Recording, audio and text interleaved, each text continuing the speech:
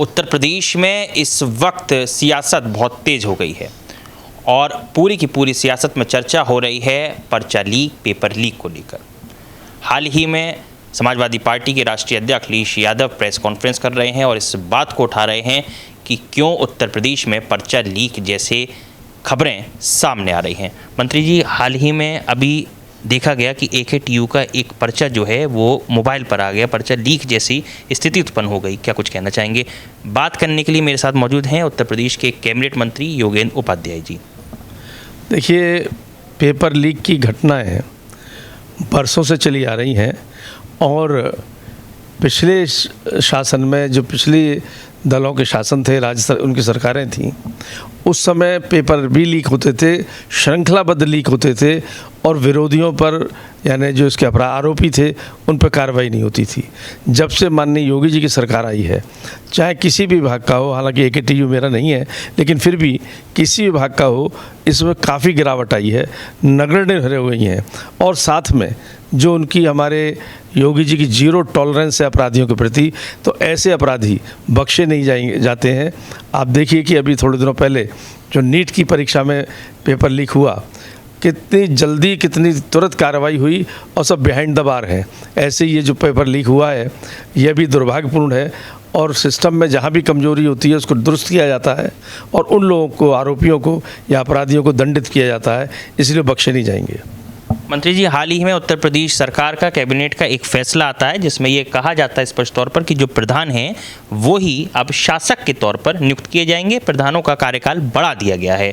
हालांकि लोगों में इस बात की चर्चा भी थी और लोगों में ये प्रश्न भी था कि उत्तर प्रदेश सरकार क्यों पंचायत चुनाव समय पर नहीं करा पा रही। अभी SIR में पूरी शक्ति लगी हुई थी प्रशासनिक, इस चक्कर में थोड़ा बहुत पंचायत चुनाव की जो तैयारी होनी चाहिए थी वह नहीं हो पाई, क्योंकि SIR बड़ा विषय था। वही प्रशासनिक एजेंसी इसमें लगती है, वही उसमें लगनी चाहिए थी, लेकिन ये बड़ा विषय था, ये प्राथमिकता के आधार पर था, इसलिए हुआ। तो इसमें थोड़ी सी जो अपेक्षाकृत जल्दी होनी चाहिए थी वो नहीं हो पाई। तो उसके लिए सभी की ये राय थी कि इनको टाल दिया जाए, लेकिन प्रशासन यानी ब्यूरोक्रेटिक सेटअप के हाथ में ना सौंपा जाए। जो डेमोक्रेटिक सेटअप से चुने हुए लोग आए हैं उन्हीं को प्रशासन सौंप दिया जाए, वो भी डेमोक्रेटिक सेटअप के लोग हैं। अगर वो प्रशासक के बतौर काम करेंगे जो अभी तक अपने अपने पोस्ट पर काम कर रहे थे, तो इसमें किसी को ऐतराज़ नहीं होना चाहिए।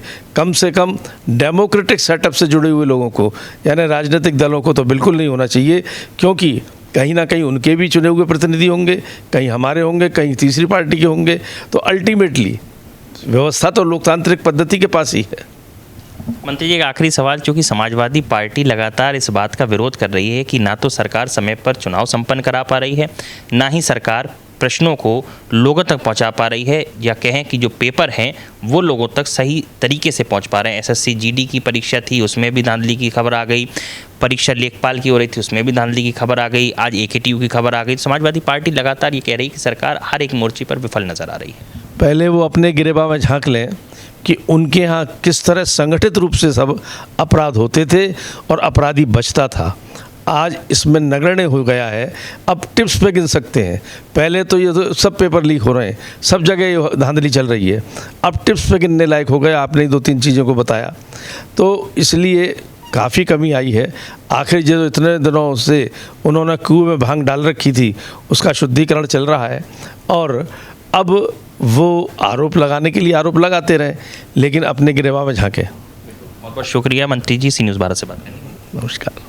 आप थे हमारे साथ उत्तर प्रदेश के उच्च शिक्षा कैबिनेट मंत्री योगेंद्र उपाध्याय जी, जो बता रहे थे कि उत्तर प्रदेश सरकार किस तरह से उत्तमता से आगे बढ़ रही है और कार्य कर रही है। कैमरामैन अपूर्व के साथ ऋषभ सक्सेना, सी न्यूज़ भारत, लखनऊ।